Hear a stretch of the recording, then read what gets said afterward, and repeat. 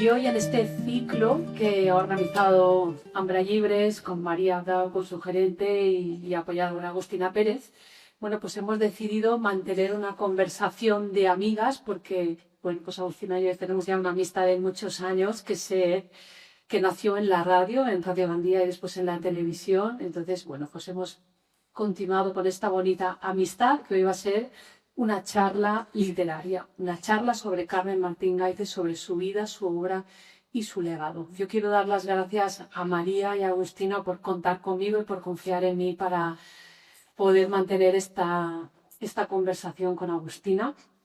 Yo les aseguro que si ya admiraban a Martín Gaite pues a través de la lectura de su obra, esta tarde, con lo que van a escuchar, yo creo que se van a quedar todavía más prendados de la figura de esta polifacética y luminosa mujer vitalista, fuerte, aunque con sus debilidades, que supo reinventarse hasta en 2 ocasiones a lo largo de su vida, a pesar de las desgracias personales que tuvo que vivir. Lo vamos a repasar todo con la ayuda de Agustina.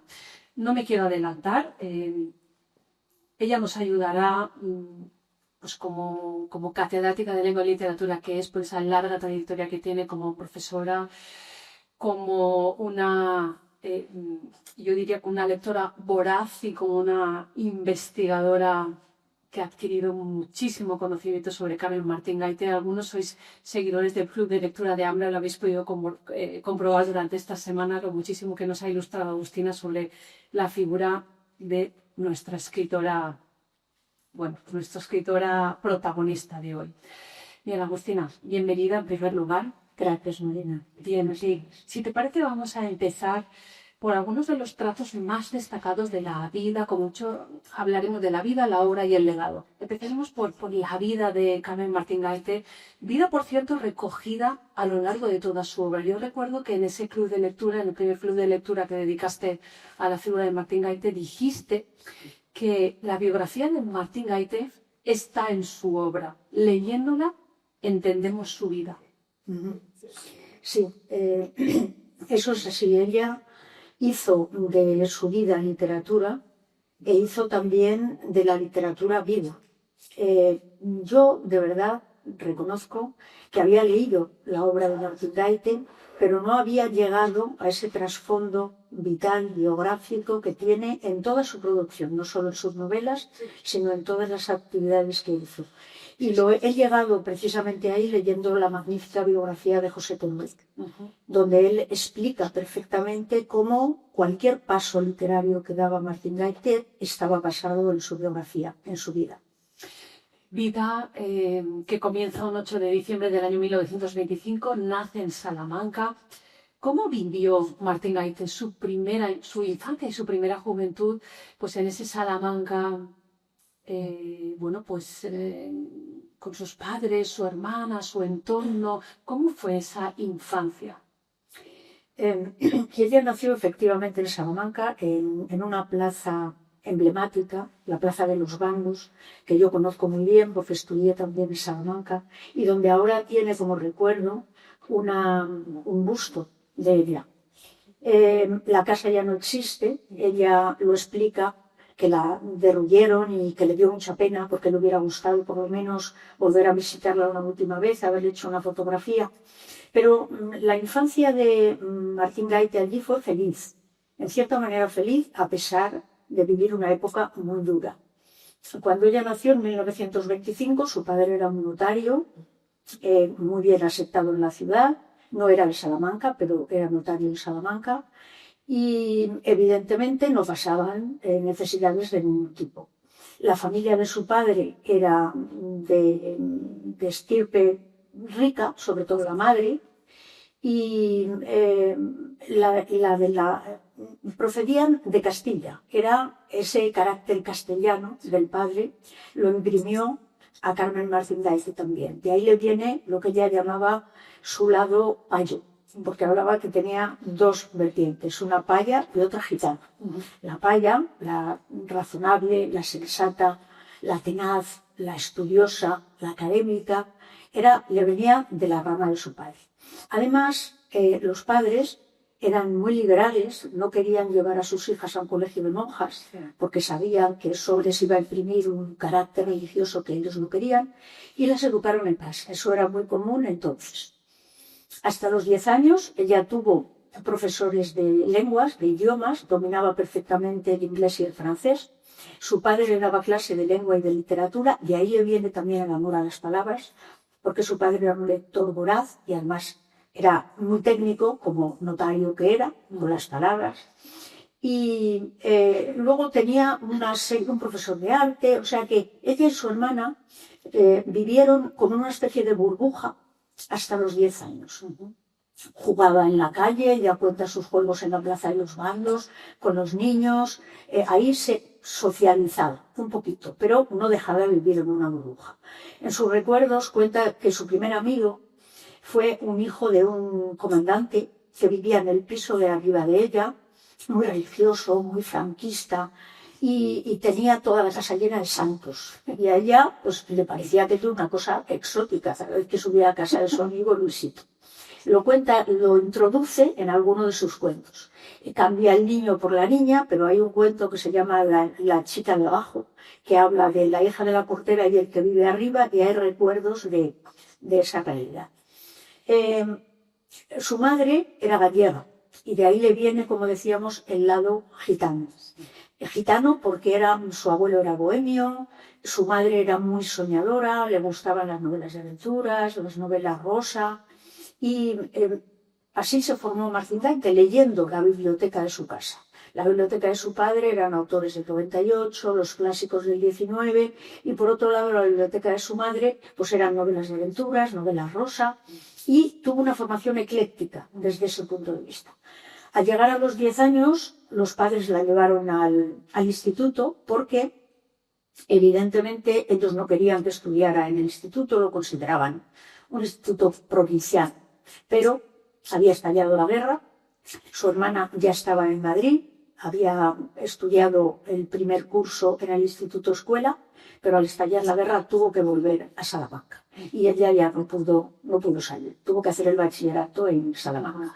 Nunca se arrepintió porque lo cuenta en muchas ocasiones, dice que el instituto para ella fue salir de su burbuja, conocer otra vida, conocer otra gente, y sobre todo allí conoció a su mejor amiga.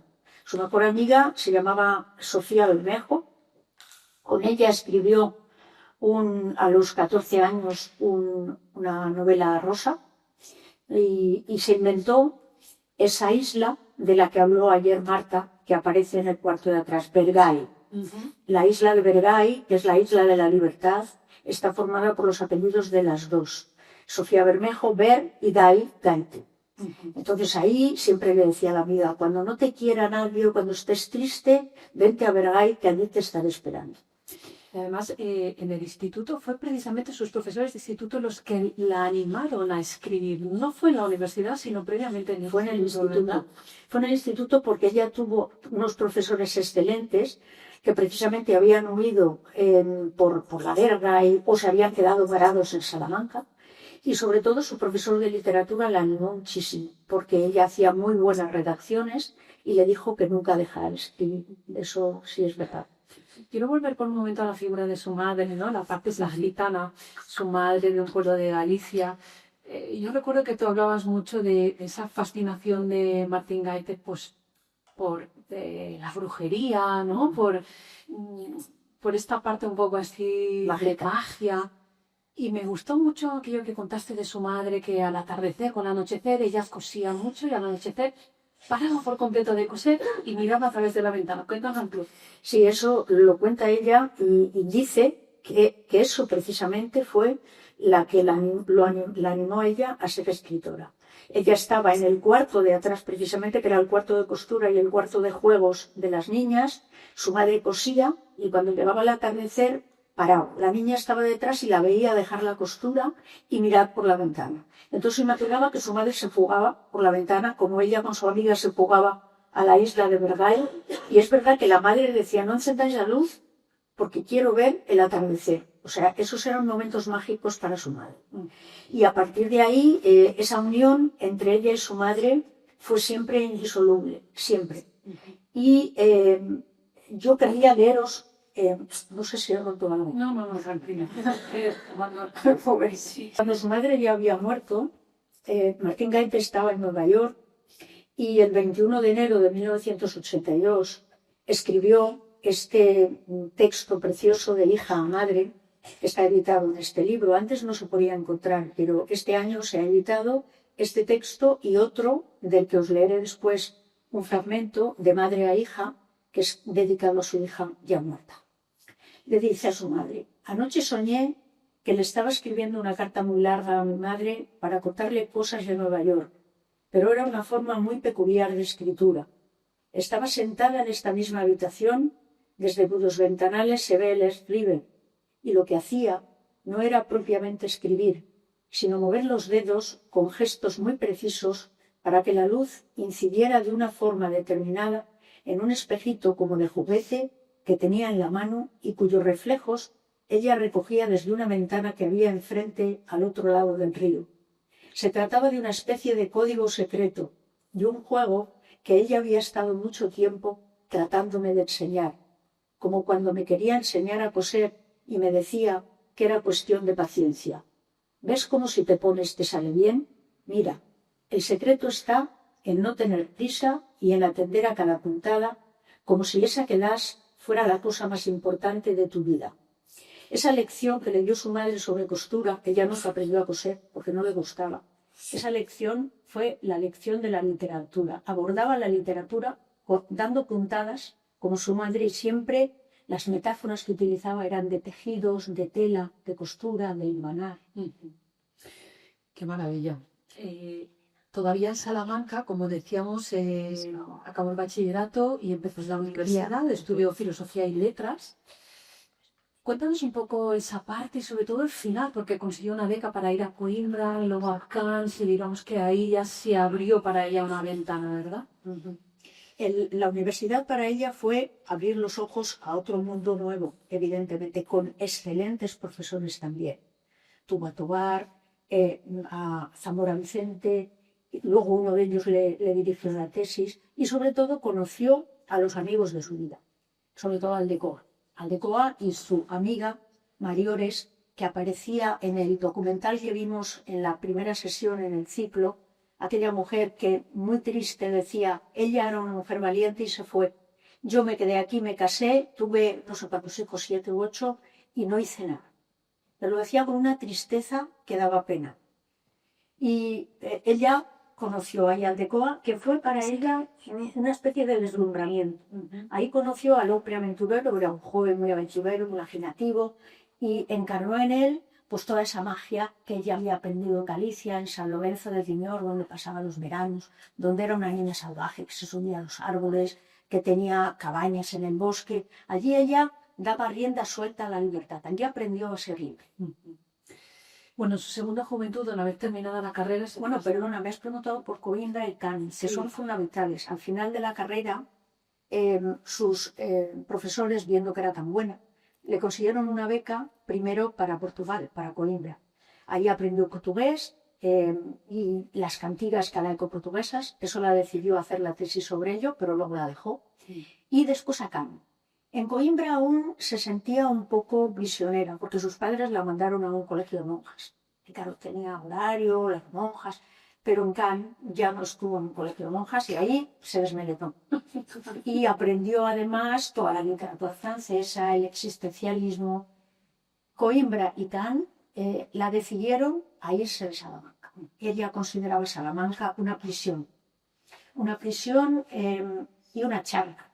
El primer nombre que le iba a dar a Entrevisillos era la charca. Y entonces dijo, lo dice en una de las cartas: me voy de Salamanca. Y evidentemente decidió irse. Aquello fue en 1948, se fue a Madrid en principio para hacer su tesis doctoral, aunque como dices, finalmente no la hizo. Pero Madrid fue un cambio para ella, ¿verdad? Allí se encontró con sus amigos, con amigos que le presentaron a otros amigos, los cafés, las tertulias, empezó un mundo muy diferente para ella. Cuéntanos un poquito cómo fue aquella primera década de los 50.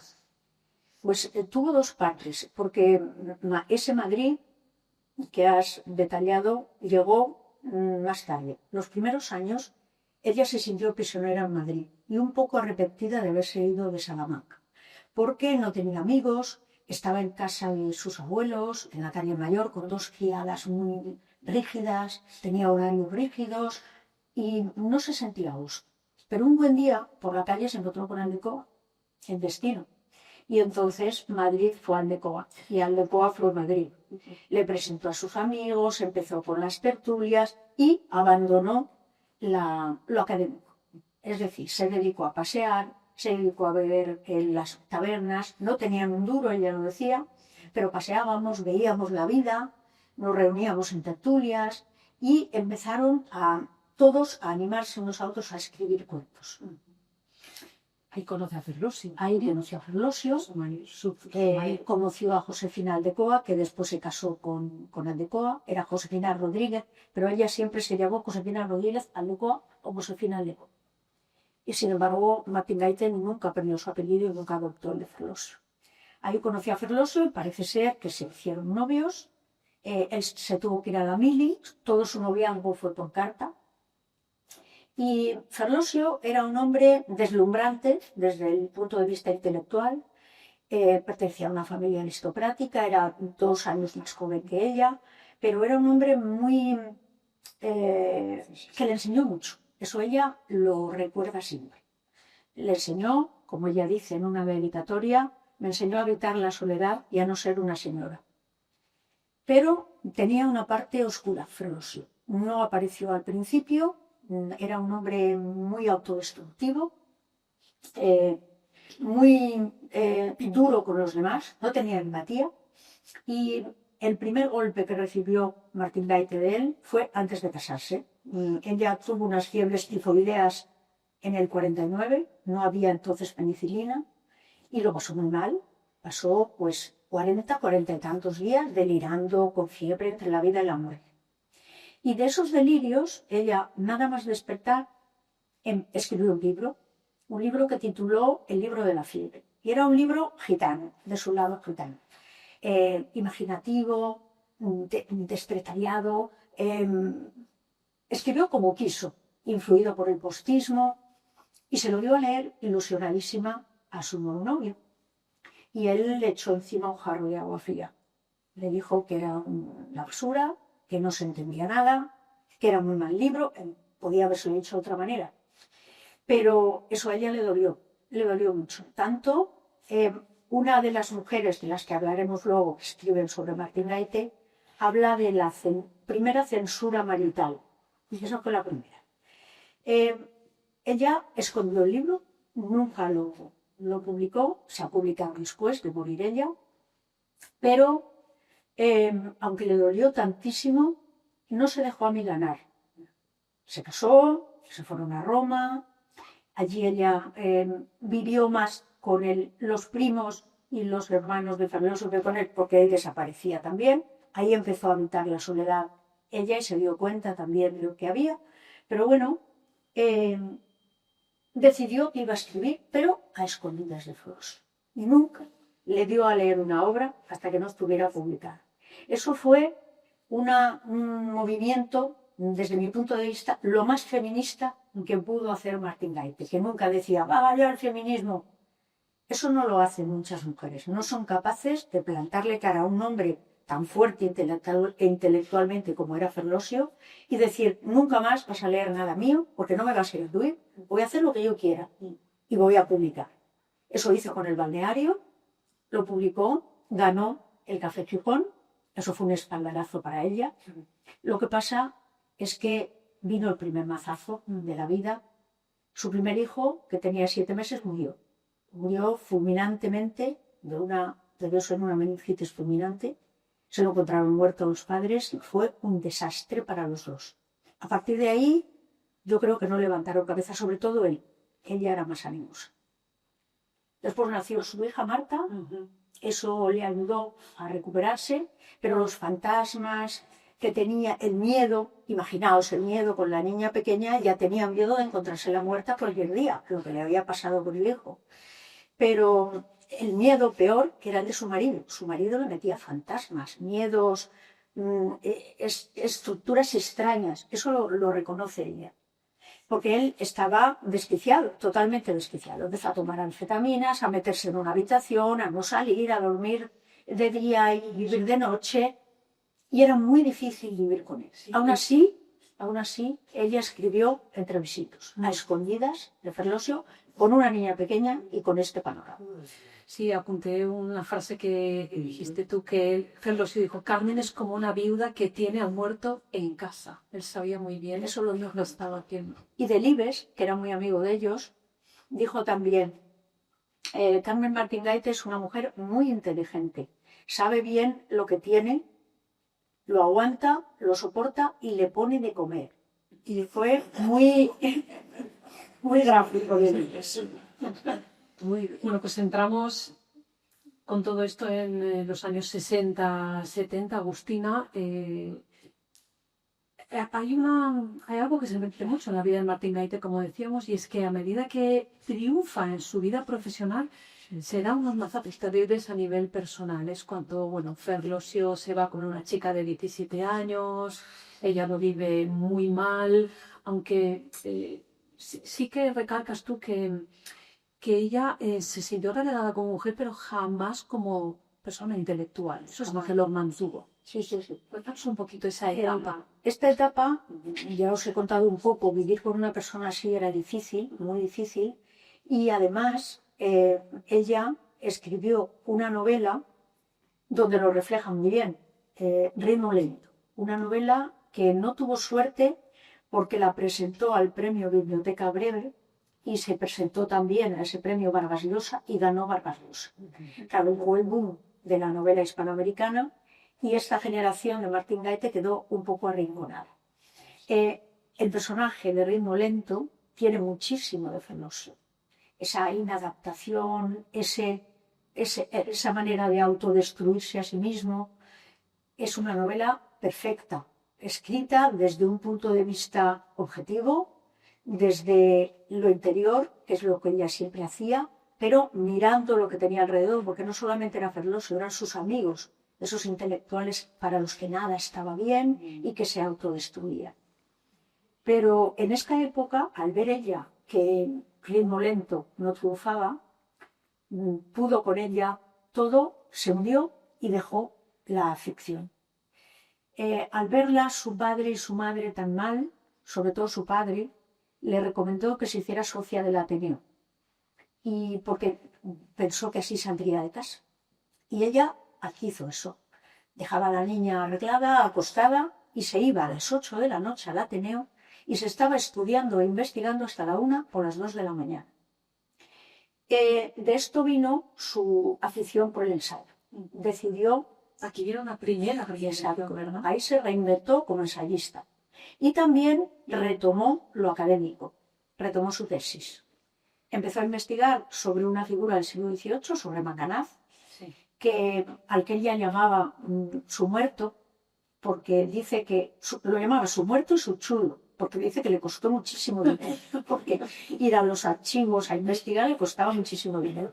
Pero estaba encantada con las investigaciones, porque encontró un montón de cartas de este señor que era un mentiroso, un inventor de ideas, o sea, un personaje muy raro, muy atrabiliano, pero a ella le encantaba porque le encantaban los mentirosos que contaban bien las cosas.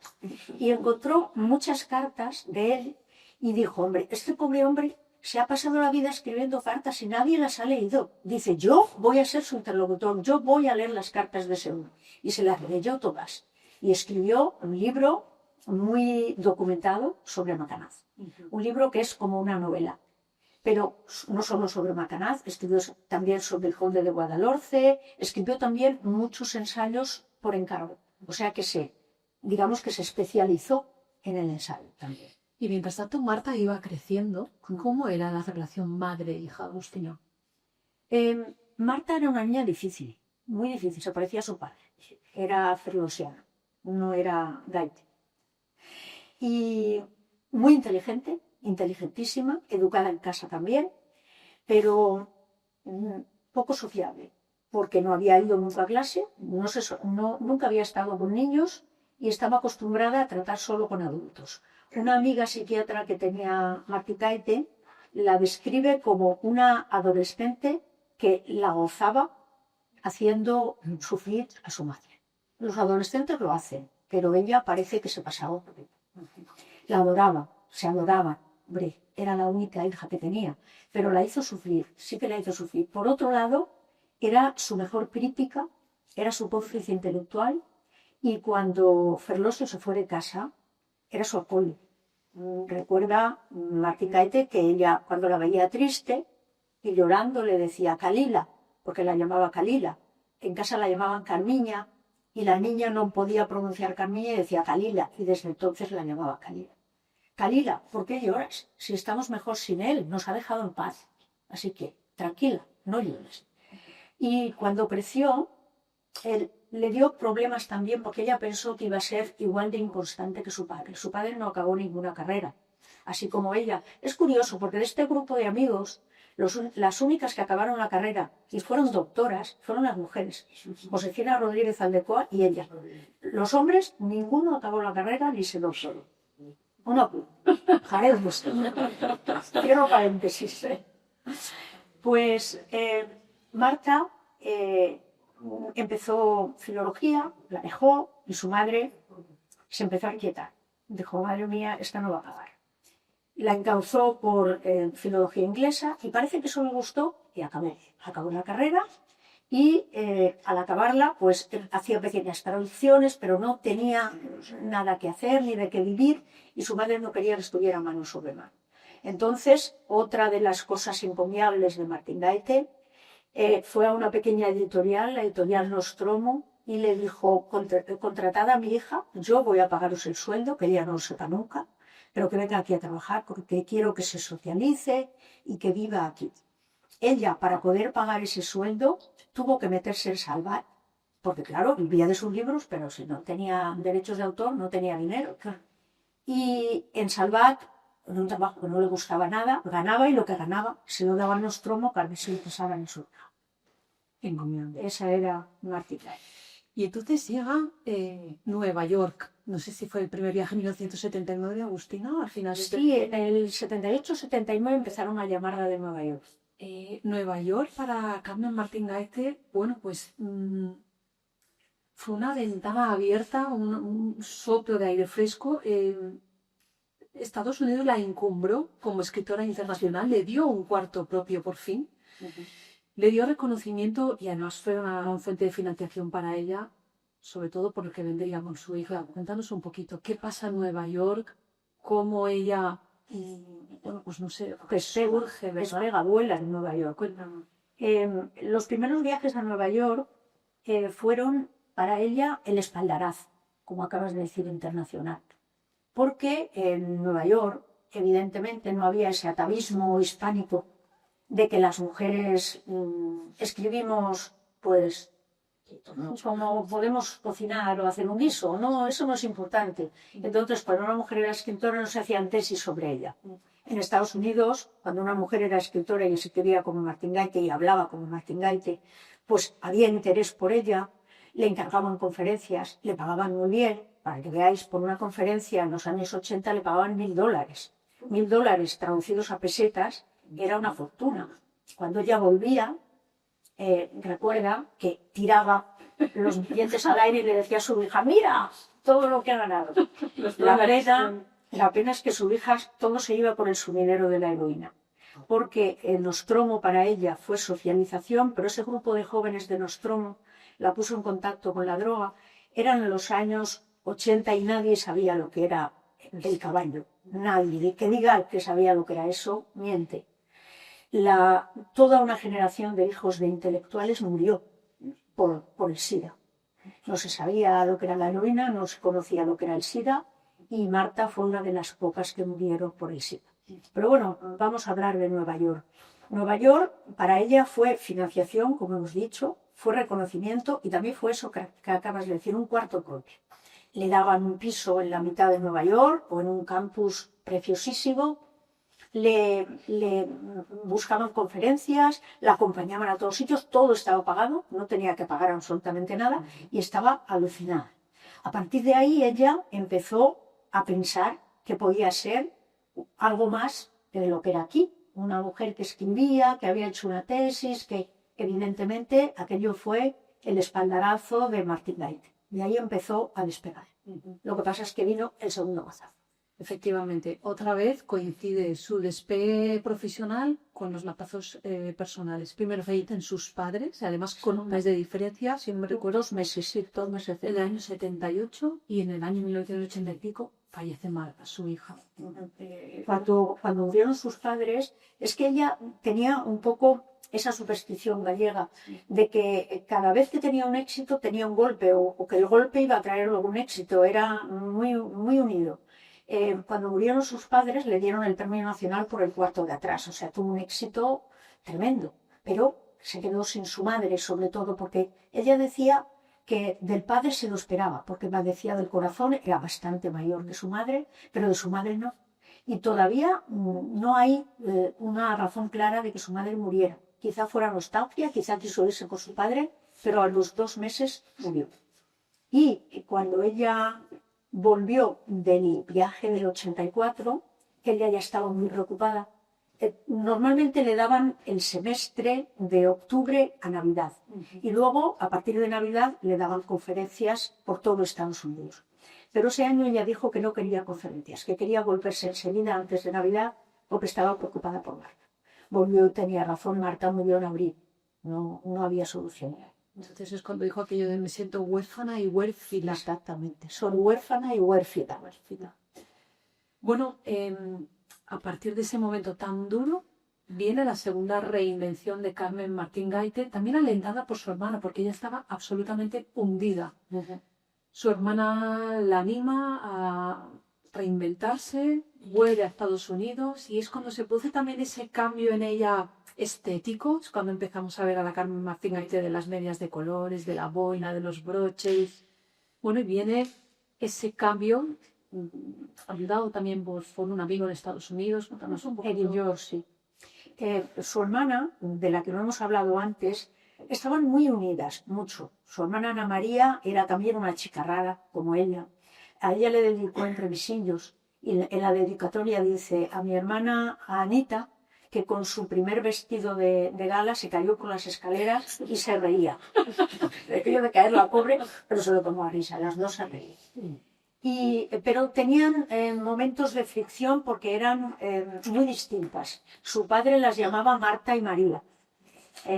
Su hermana Ana era la razonable, la que se ocupaba de la intendencia, ordenada, pulcra, y Carmen era, pues ya hemos dicho, el lado gitano que tenía y no se soportaban cuando estaban juntas. En la casa familiar que tenían incluso se hicieron puertas diferentes para entrar y salir y no verse si no querían.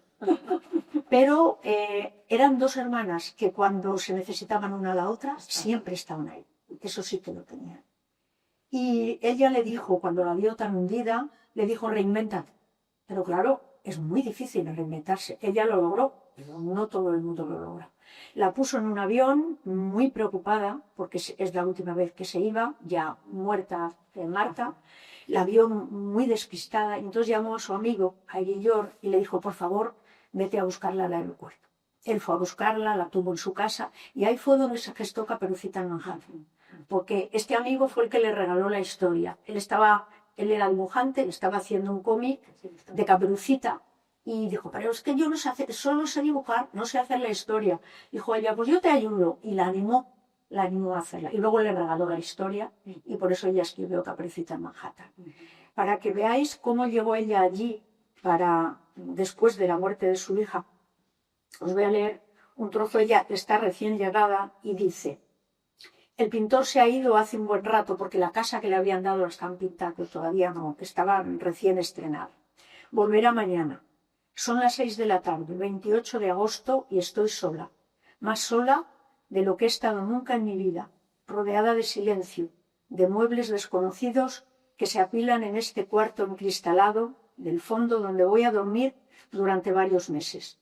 He sacado del equipaje mis libros y cuadernos y los he colocado de forma provisional, sin creerme mucho que me vayan a servir para algo, sin creerme mucho nada de lo que me pasa ni de lo que veo.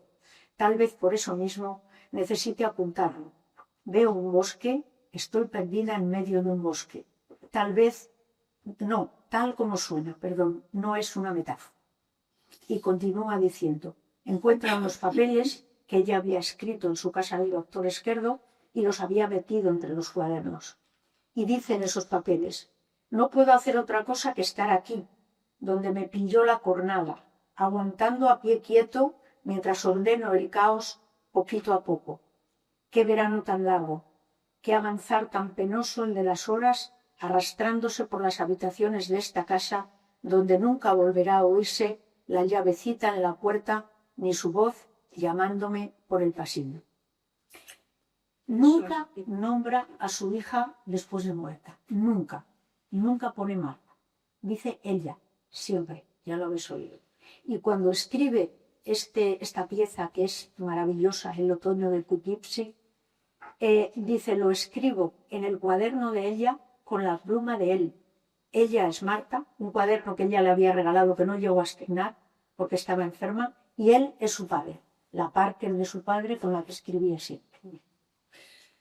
Bueno, unos años 80 en los que, como decimos, tuvo que reinventarse por segunda vez con todo su dolor. Y me gustaría detenerme para hacer un pequeño guiño en estos años 80 a un escritor valenciano, concretamente de Tabernes de la Verinda, con quien Martín Gaite establece una gran amistad. Me refiero a Faiceno, que es... Me gustaría que nos contaras un poquito cómo surgió esa amistad y sobre todo cómo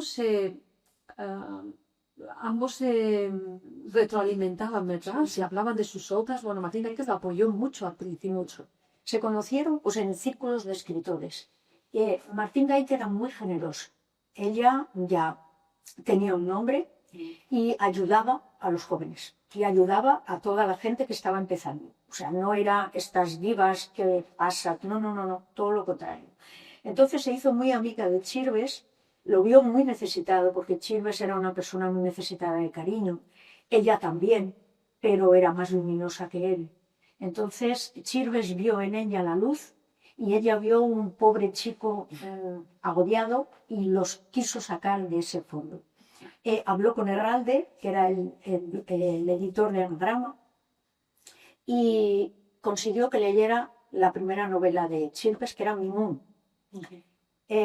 Chirves estaba en Francia y recibió un día una llamada de Martín Gaite y le dijo, ha leído tu novela, me ha dicho que eres de lo mejor de los jóvenes noveles. Eso lo cuenta él en sus diarios.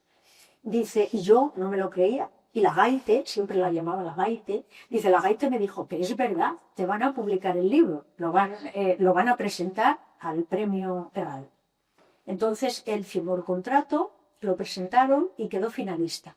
Quedó finalista, eso para él fue el comienzo en Anagrama, porque ya tenía un contrato en Anagrama, pero la gran relación que hubo entre los dos fue personal y sobre todo telefónica. Se pasaban horas al teléfono. Chirves era un hombre muy solitario y cuando necesitaba hablar llamaba a la Gaite. Y la Gaite, que era una gran conversadora, pues se tiraba horas hablando con Chirves, animándolo, porque él tenía depresiones fortísimas, lo sacaba del pozo, le ayudaba y le prologó Mimoun y siempre lo arropó. Le daba consejos, por ejemplo, le decía, no se te dan muy bien los diálogos. A ella se le daban genial, pero le decía, no se te dan muy bien los diálogos, narra, no pongas diálogos en tus obras. O sea que le ayudaba a mejorar. Esto de María Generosidad, Sí. ¿verdad? Y luego cuando murió ella en el 2000, dice Chirves en sus diarios también, que un día del año 2000, finales del año 2000, le llegó una gran caja que le mandaba Ana María, que eran los cuadernos de todo de Martín Gaite. Todo lo que ella había ido escribiendo en su vida estaba ahí y quería que él lo organizara para editarlo. Dice que le dio una pena inmensa, que lloraba leyéndola, viendo su letra, que la añoraba, que quería poder coger el teléfono y poder hablar con ella, pero ya no está. Bueno, si llegamos a la última etapa de vida de Carmen Martín Gaite, vamos a intentar resumirlo porque me gustaría después ahondar en el legado y en la obra. Desde los años 90 hasta que falleció en el año 2000 se convirtió realmente, bueno, pues en una escritora con un apoyo popular extraordinario, acogió con sobre todo además de lectoras mujeres, ¿verdad? Fue esa escritora que consiguió, como ayer ya lo contaba Marta Sanz, largas colas en las ferias del libro de Madrid. Recuérdanos un poquito esta última etapa de su vida. Esta última etapa es atípica porque viene el éxito popular, pero ella es una mujer hundida. Ella cuenta en sus cuadernos de todo, que cuando llega de una entrega de premio, que le dieron muchos tomos, le dieron el Príncipe de Asturias, le dieron el Nacional de las Letras, el de Narrativa ya lo tenía con el cuarto de atrás, el Premio de Castilla y León, porque no había más premios, se lo dieron todos. Pero dice que cuando llegaba a casa después de un premio y se quitaba los zapatos, decía, ¿y a quién le cuento yo esto? Estoy sola, soy fin de raza. Se lo decía a su hermana. Anita, no tenemos hijos, se acabará la raza con nosotros, no hay nadie más. Pero bueno, yo he leído en las jóvenes que siguen la estela de Martín Gaite que estaría muy contenta porque no ha sido fin de raza, tiene muchas hijas literarias, muchísimas, muchísimas. Bueno, pues si te parece, vamos a echar un vistazo a su obra. Es verdad que la conmemoración del centenario del nacimiento de Martín Gaite pues, ha permitido al público, a sus lectores, a quienes quizá no la conocían tanto, saber más acerca de la vida y de la obra de esta escritora. Pero es verdad que habitualmente se habla sobre todo de sus novelas. Y lo cierto es que Martín Gaite fue una mujer absolutamente polifacética, escribió de todo, ensayos, poesía, artículos, conferencias. Fue, como dijo su biógrafo José Teruel, una mujer de letras del siglo XX, que Agustina ya lo ha comentado.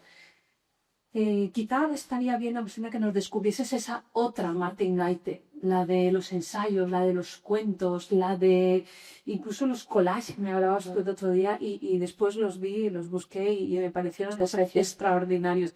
Cuéntanos un poquito de esa otra Martín Gaite. Pues la autora de cuentos empezó con esos paseos con los amigos en Madrid. Ella siempre decía que los cuentos andan por la calle, solo tienes que recogerlos. Bueno, hay que ser escritor como ella. Decía que hay que tener el oído fino y la vista aguda para ir viéndolo todo por la calle y escuchándolo todo. Eso es lo que ella hacía. Tenía un oído muy bueno para las conversaciones y luego las plasmaba en el papel. Tiene tres tipos de cuentos. Los primeros, que son los que escribe en esta época, que son cuentos neorrealistas. Ella, en el prólogo de sus cuentos, dice que se podían llamar cuentos de mujeres. Y es verdad, yo animo a la gente que los lea porque son un estudio perfecto de la mujer en los años 50. Están las mujeres burguesas, aburridas, los hijos les estorban, solo leen revistas, la peluquería. Hay una descripción perfecta de ese tipo de mujer aburrida, ama de casa, con mucho dinero, frías, hermosas, ocupadas solamente de la belleza. Y por otro lado están las mujeres trabajadoras, machacadas, que son conscientes de lo que se están perdiendo, pero no se rebelan, están como adormecidas. Y parece que ella quiere sacudirlas de los hombros para que salga de ahí, de ese lugar. Tenía una gran conciencia social en esta época. Ella, por ejemplo, fue voluntaria en Vallecas, iba a ayudar con algunos de sus amigos en esta época, cuando era estudiante universitaria. Y luego tiene otra faceta de cuentista, que es la de cuentos fantásticos. Ayer habló Marta de la fantasía en el cuarto de atrás. En estos cuentos fantásticos le servían a Martín Gaite como consuelo. Cuando tenía un mazazo en la vida, escribía un cuento fantástico, porque ella decía que la fantasía es una brecha de la realidad. Es como si apartáramos la realidad y viéramos por un resquicio otra cosa y pudiéramos aguantar. Porque si no, si la vemos de frente y sin un resquicio de este tipo, no la aguantamos, nos tiramos por el balcón. Y ella se ha lidiado con los cuentos de hadas. Escribió El castillo de las tres murallas, El pastel del diablo, Caperucita en Manhattan, y en todos ellos aparece, son muy feministas también, aparece la idea de la mujer en libertad, la mujer a la búsqueda de la libertad. También aparecen las relaciones madre-hija, y luego hay quien considera dos cuentos que son dos piezas maravillosas, poéticas, una dedicada a su madre y otra dedicada a su hija. No sé si te gustaría destacar pues, su vertiente como ensayista, como articulista, como conferenciante, que ella decía soy muy taquillera. Sí, sí, sí. Como conferenciante, era una conferenciante maravillosa. Tuvo dos etapas también. Dio miles de conferencias, pero las que dio antes de viajar a Estados Unidos eran conferencias, digamos, orales. Ella era una gran conversadora, hablaba muy bien y entonces no las escribía. Se las preparaba, pero se las preparaba en fichas. Y entonces llevaba fichas, las ponía encima de la mesa y conversaba. Y la mayoría de las veces lo hacía, me voy por los cerros de Úbeda, pero es que me gusta irme por los cerros de Úbeda. Le gustaba mucho esa expresión. Pero cuando fue a Estados Unidos, se dio cuenta de que en Estados Unidos lo académico es más serio. Siento decirlo, pero es más serio que en España, mucho más serio. Y allí, cuando vas a dar una conferencia, no puedes ir a la buena de Dios ni irte por los cerros de Úbeda. La tienes que preparar, la tienes que estructurar, la tienes que escribir por respeto al público, evidentemente, y porque te van a soltar $1000. O sea, por las dos cosas. Total, que allí empezó a escribirles, pero tenía una virtud. Martín Gaite leía y parecía que estaba hablando. Escenificaba, era una actriz. En Salamanca fue a una escuela de teatro que había y en Madrid a otra. A ella le hubiera gustado ser actriz. Un día se metió en un ensayo de Martín Nieva y dice que se estuvo allí no sé cuánto tiempo diciendo. Dice, y luego me fui porque si no le hubiera dicho, contrátame, por favor, contrátame. Su gran vocación era ser actriz, era una actriz.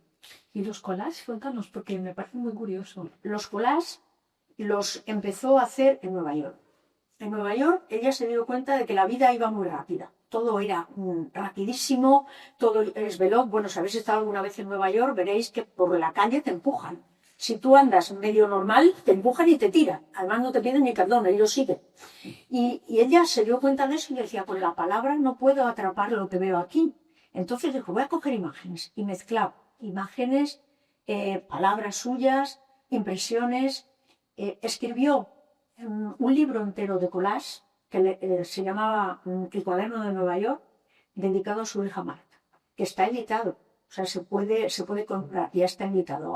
Yo lo vi en una exposición en Matadero y era una maravilla, porque cada página era un panel donde veías cada detalle, te lo explicaba, además estaba en color cronológico, pero también eso indica que Martín Gaite era una mujer inquieta porque el collage en su época pues no se llevaba, pero ella lo hizo.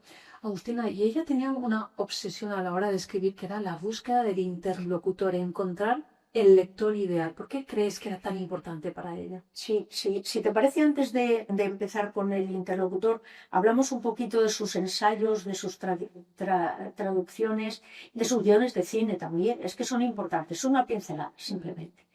Los ensayos, para ella, dijimos que se reinventó como ensayista, pero inauguró un tipo de ensayo especial.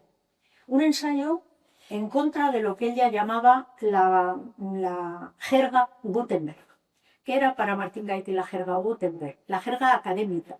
Esos ensayos que se te caen de las manos, que son perfectos desde el punto de vista de la información, pero decía ella, pero no cuentan bien.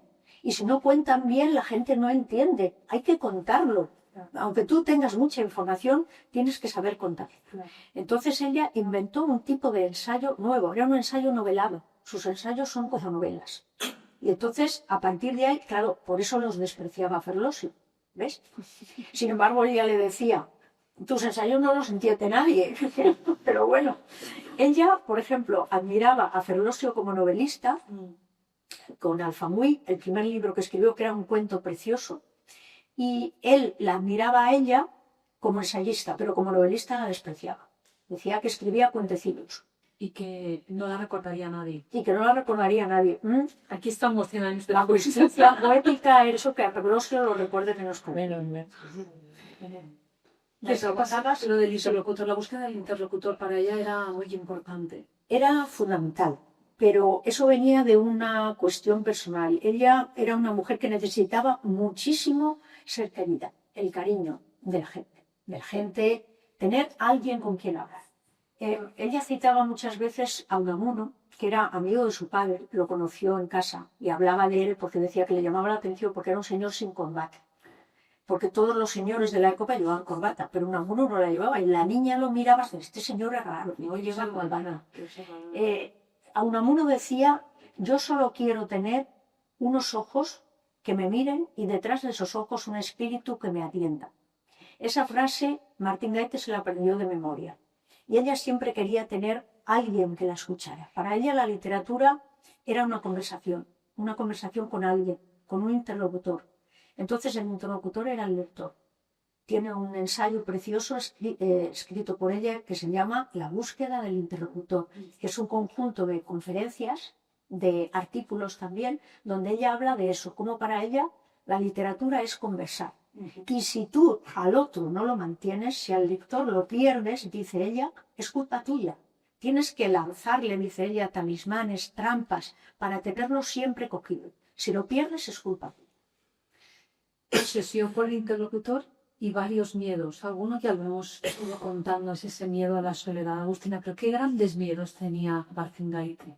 El primero, el de la soledad. Ese miedo parecía, ella que decía que era medio bruja por su ascendencia gallega y que las brujas cabelas haylas, no Marí, siempre lo decía, pues parece que tenía una especie de premonición de que iba a acabar solo. Y ese miedo a la soledad lo tuvo desde el principio.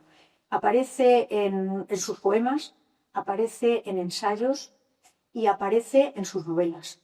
Tiene un artículo muy bonito que habla de Marilyn Monroe y de no sé quién es el otro personaje, hablando de cómo Marilyn Monroe se sintió, al final se suicidó porque se sentía sola y no fue capaz de aguardar aquí quieto esa imagen que habían creado de ella, que no era Marilyn Monroe, era otra que había creado la publicidad. Eso también la obsesionaba. La visión, fijaos si era moderna, que daba a la publicidad de la mujer. Ella se preguntaba por qué las mujeres aguantan tan mal la soledad. Es decir, por qué nos han educado para tener siempre compañía. Y lo pasamos muy mal. En los cuentos lo cuenta. La mujer aguanta peor la falta de amor que el hombre. Yo no sé hasta qué punto eso es verdad, pero bueno, ella decía eso. Nos han educado en la novela rosa y no somos capaces de vivir solas.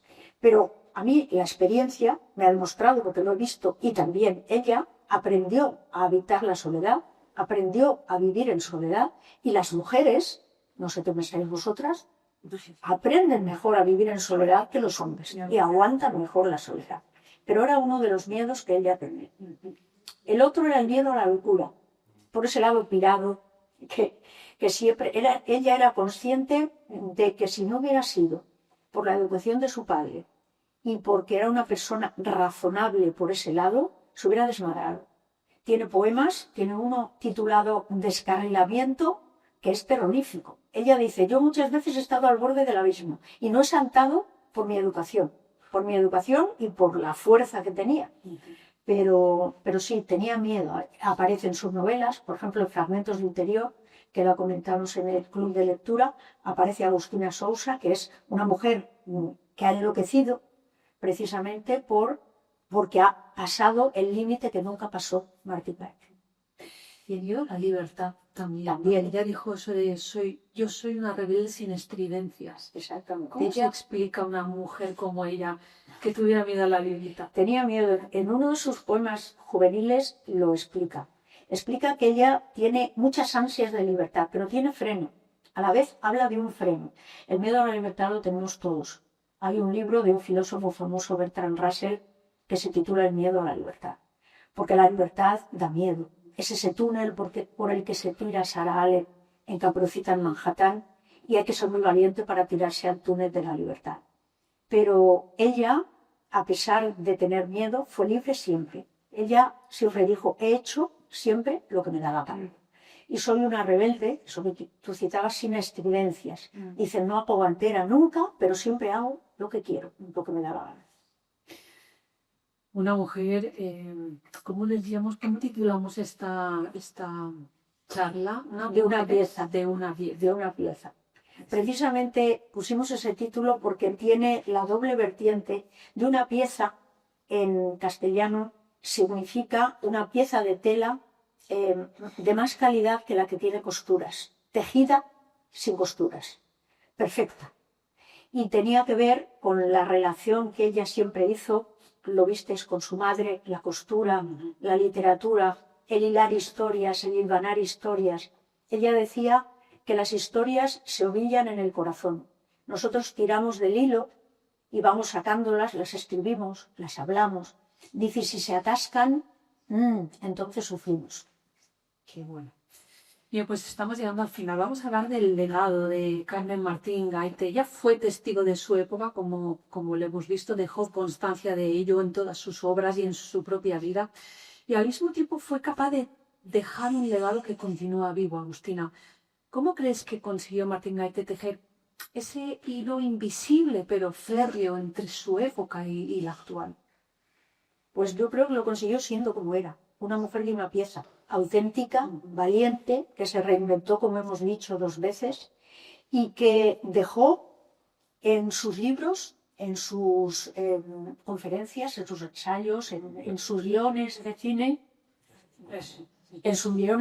la voy a coger, todo, No te preocupes. Con que esté ahí cerquita. en todo lo que escribió, Ay, perfecto. Nos dejó pistas para que nosotras fuéramos como ella. Por ejemplo, nos dejó la enseñanza de que la lectura y la escritura son fundamentales, de que la conversación es fundamental, de que ella ya puso el dedo en la llaga diciendo la televisión está acabando con las conversaciones. Ya no miramos a los ojos de otro. ¿Qué habría hecho él si ve las pantallas? Ella ya vio el peligro de la publicidad. Ella fue una feminista siempre en su obra, en su vida, en su manera de obrar, en su manera de ser, en todo. Por ejemplo, dejó clarísimo que las mujeres tenemos que romper moldes, que no tenemos que adaptarnos nunca, que podemos hacer lo que nos dé la gana, que si nos dicen que no, es mentira, que tenemos que saltar, que tenemos que volar, que tenemos que ser valientes, que no tenemos que tener miedo a la libertad, que tenemos que aprender a vivir solas. O sea, ha dejado un legado impresionante. Las mujeres de hoy, hay profesoras que están estudiando los rastros del feminismo de Martín Gaite y es que no se ha dicho nada nuevo, que lo dijo ella todo, absolutamente todo. pese a que ella no se declaraba como tal feminista, sin embargo, con su vida y con su obra demostró que lo puede repetir. Eso yo creo que era por llevar la contraria. Era muy rebelde y decía, las feministas son muy aburridas. Están todo el día ahí con manifiesto, con ese lenguaje de la jerga, Gutenberg.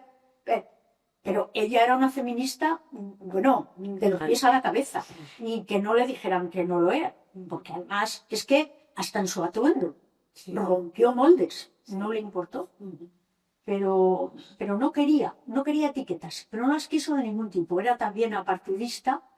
Sin embargo, conocía perfectamente todo lo que tenía alrededor. En sus artículos de periódico, por ejemplo, se puede seguir todo el ruido de sables previo al golpe de Estado. Ella escribió 300 artículos de periódico en Cambio 16 y dejó Cambio 16 a los 4 años porque echaron a Miguel Ángel Aguilar.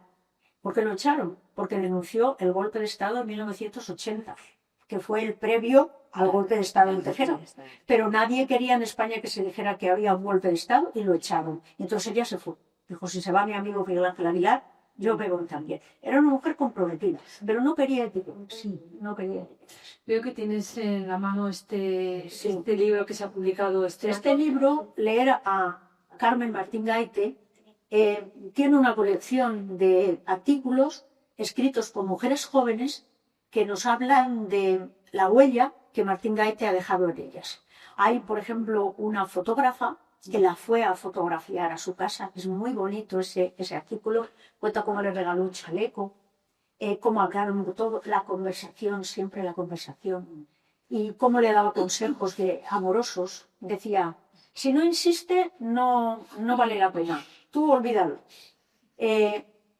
Hay una directora de teatro, la que ha puesto en escena Caperucita en Manhattan, que habla de cómo ella le dio empuje para la libertad y cómo encontró a la niña que le dio el nombre a Sarah Allen, que era la hija de una amiga de Martín Gaite, una americana, y ella la encontró en Nueva York. Vemos mujeres que nos cuentan aquí cómo Martín Gaete las ayuda a salir de sus depresiones, las ayuda a escribir, las ayuda a ser valientes, audaces. Es decir, que esa mujer era un espejo en el que nos podemos mirar ahora, todas. Lo que pasa es que ha estado un poco oscurecida, que es lo que comentábamos en el ciclo de cine. No se sabe por qué, pero Martín Gaete debería haber estado más presente en todo el siglo XX, porque ya murió, el XXI, perdón, murió en el 2000, Sí. y sin embargo parece que en el 2000, cuando murió, se oscureció. Pero ahora está resucitando con el Cetera, Sí. cosa de la que me alegro mucho.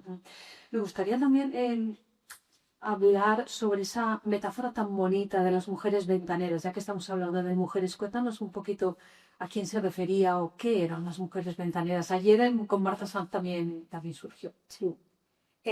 Para ella, la mujer ventanera es la mujer escritora, la mujer literata. Ella dice que las mujeres siempre hemos estado encerradas, evidentemente. Y la única mirada, la única salida al mundo era la ventana. Entonces, ese umbral de la ventana marca el dentro y el fuera. Pero no es, decía ella, una barrera. La ventana es la manera, como hacía su madre, de fugarnos al exterior y de entrar, de meter lo de fuera dentro de nosotros. Es decir, es un viaje de ida y vuelta. Para ella, escribió un libro desde la ventana donde habla de todas las mujeres que ella considera que son ventaneras. Eso se le ocurrió conociendo en Nueva York la obra de Virginia Woolf. Allí la conoció, aprendió la habitación propia, la tradujo, porque ella fue una traductora, dominaba 4 idiomas a la perfección, pero traducía de 6 idiomas. Era un portento de mujer. Ella conocía el castellano, el francés, el inglés, el italiano, porque su marido era de madre italiana y ella fue mucho a Roma. Conocía el italiano, pero además traducía del portugués, del gallego y del rumano, que lo conocía por sus estudios de teología, porque es una lengua romántica. O sea que Era espectacular. Por cierto, ha dicho que visitaba a la madre de Ferlosio en Italia. También visitó al padre de Ferlosio en Gandía, en el año 1966, Sí, donde era Agustina. Él estaba aquí, estaba asmático y venía mucho al Hotel Bairén a recuperarse en su asma. Y en una de las ocasiones, ella vino en agosto del 66 a visitarlo y dejó escrito, veo mal. que escribió, el biógrafo dice, y en realidad parece ser que estaba cuando ella vino en el Hotel Bairén, pero antes estaba en el Hotel San Luis. Él veraneaba muchas veces, pasaba muchas temporadas en el Hotel San Luis. Luego parece ser que se pasó al Bairén, no sé por qué, pero ella le escribió una postal a su hija, es esa postal que aparece en la biografía, y le dice, me he bañado en el Mediterráneo, cito de memoria, con Chicho y con Ana, que eran los hermanos de su marido, sus cuñados. Y Chicho dice, Chicho era muy imaginativo, se llevaba muy bien con ella, cantaban y ella le escribía canciones, muchos poemas de los que hay ahí, los cantaban luego en los bares, por ahí, en recitales. Chicho dice que comparado con el Cantábrico, el Mediterráneo es un mar tranquilo, las olas no rompen, arreglan. Y luego le dice, pues gata, el abuelo está mal. De hecho, murió unos meses después.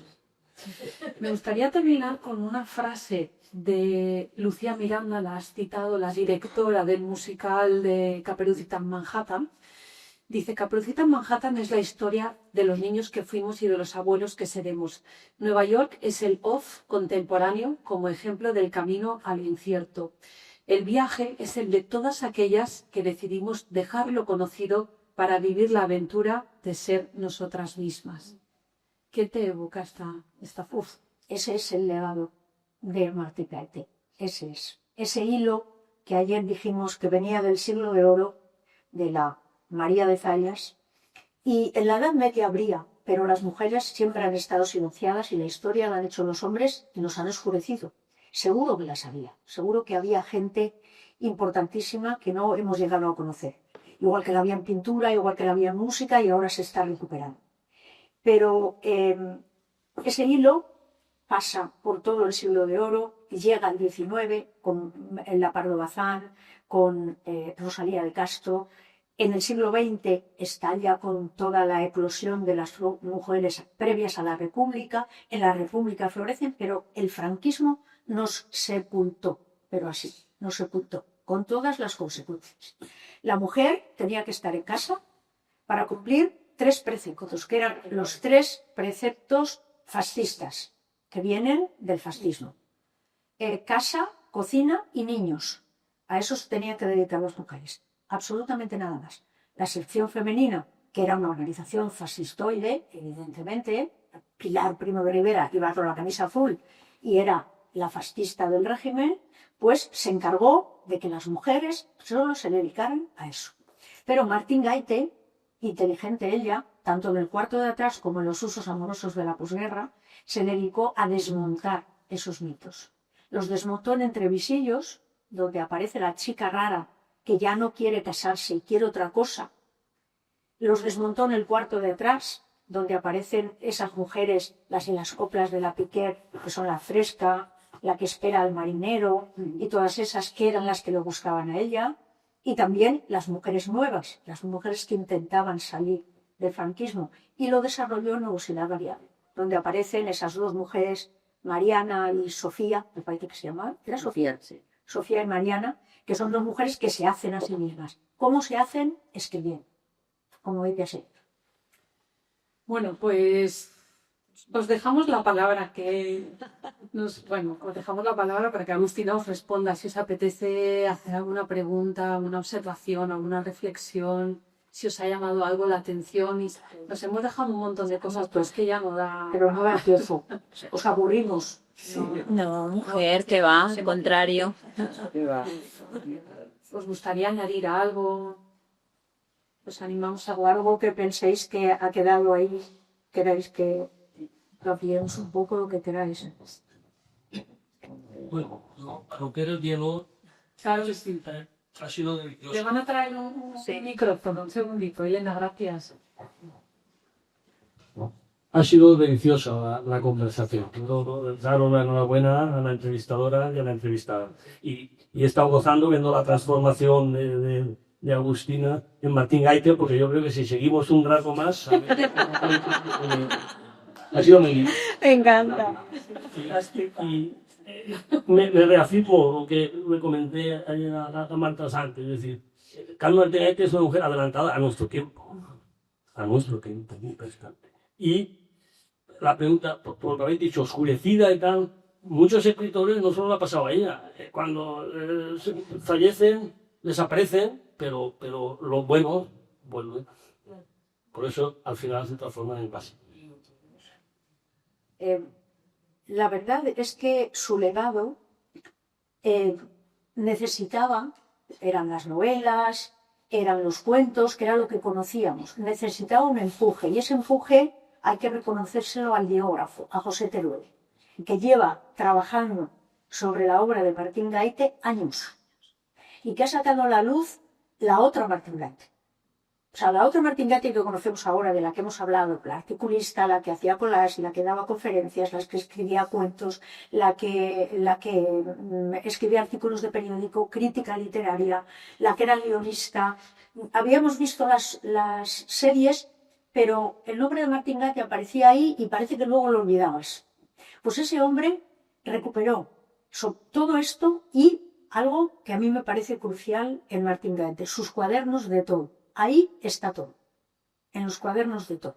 Son unos cuadernos que ella empezó a escribir en los años 60 y los terminó de escribir cuando murió.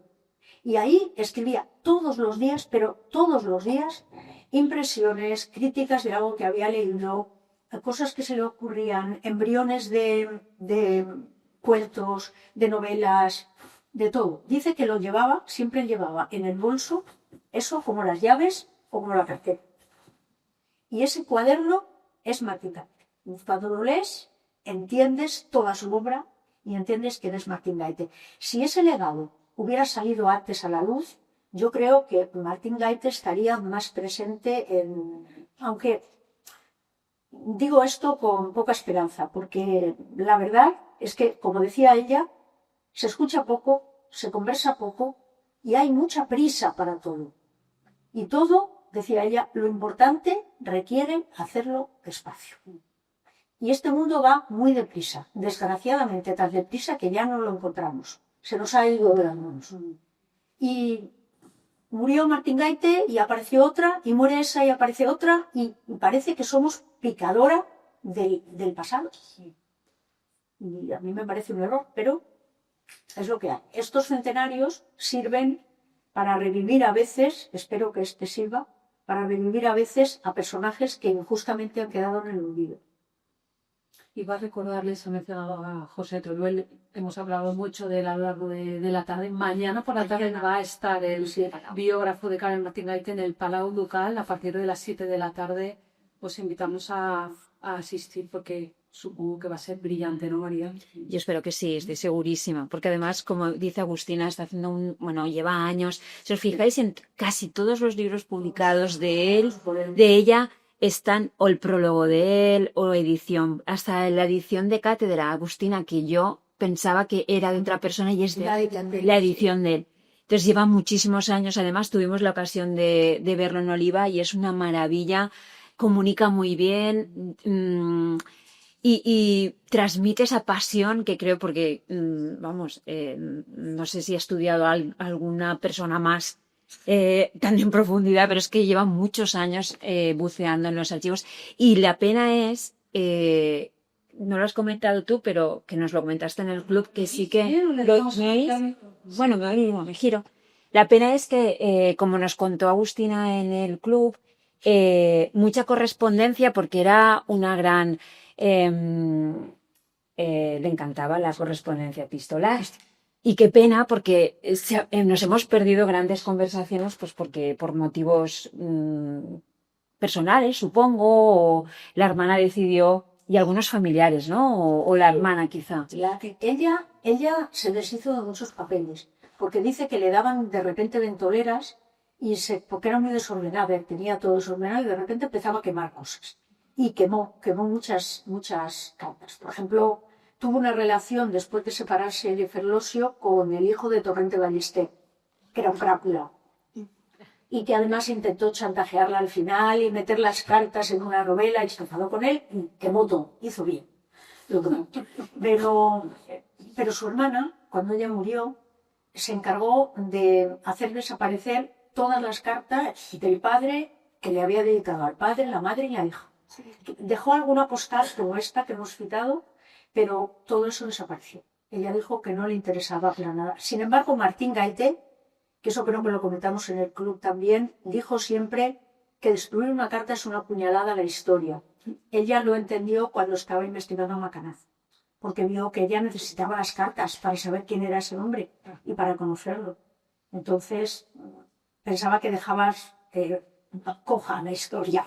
Pero bueno, su hermana era como era Marta, la Marta del Evangelio. Y dijo, esto fuera y fuera. Y lo que ella quiso se publicó. Sin embargo, ella no hubiera querido, a lo mejor, que se publicara el libro de la fiebre, y su hermana lo publicó. Tampoco hubiera querido que se publicara su última obra, que dejó incompleta, Los parentescos, que pobre murió abrazada al último capítulo que estaba escribiendo en la Cirílica, porque lo quería terminar. No le dio tiempo y muy bien.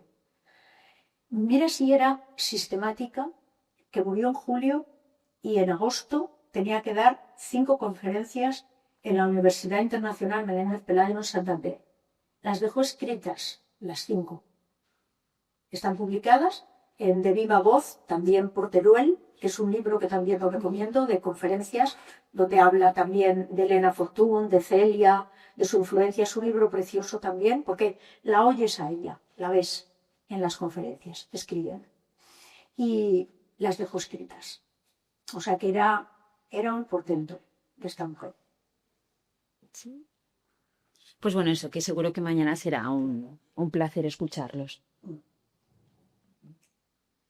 ¿A quién más le gustaría añadir algo?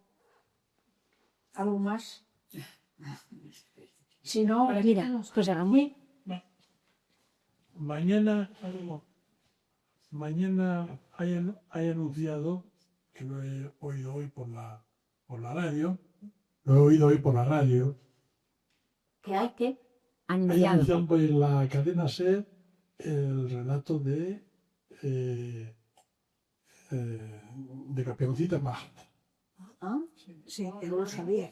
sí, el 25 de diciembre. Mira que bien. El dueto que ponen todos los años era de trabajar. Muy bien, muy bien. Sin querer lo he leído. Sí, ya estoy.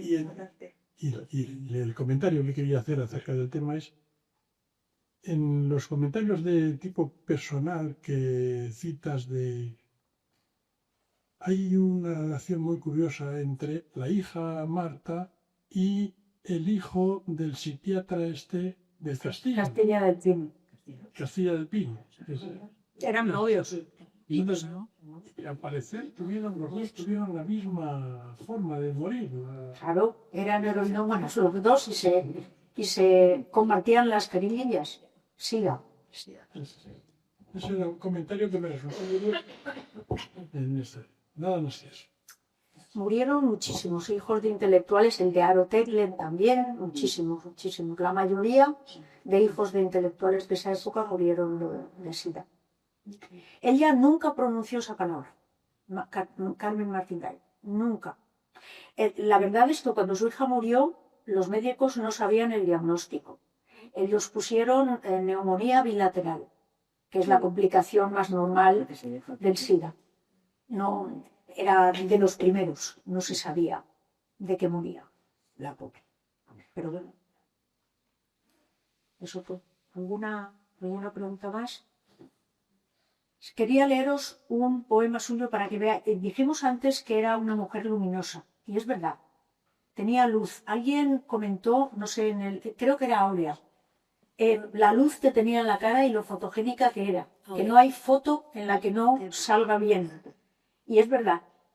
Parece mentira que llevara por dentro ese fardo de amargura que llevaba y que la vida le hubiera pegado tantos golpes y que fuera siempre con la sonrisa en la boca y con ganas de ayudar a los demás. Era como Miss Lunatic en Capucita en Manhattan. Es que es ella. Ella lo dijo una vez, le dijo a una amiga, es que Miss Lunatic soy yo. Y es que es verdad que era ella. Tiene un poema en el que lo titula Mi ración de alegría. Y antes os voy a decir una frase que aparece también en el otoño de Poughkeepsie. Y dice, cuando no hay alegría, el alma se retira a un rincón de nuestro cuerpo y hace allí su cubil. Defiendo la alegría, la precaria, amenazada, difícil alegría, al raso, limpia, en cueros, mi ración de alegría.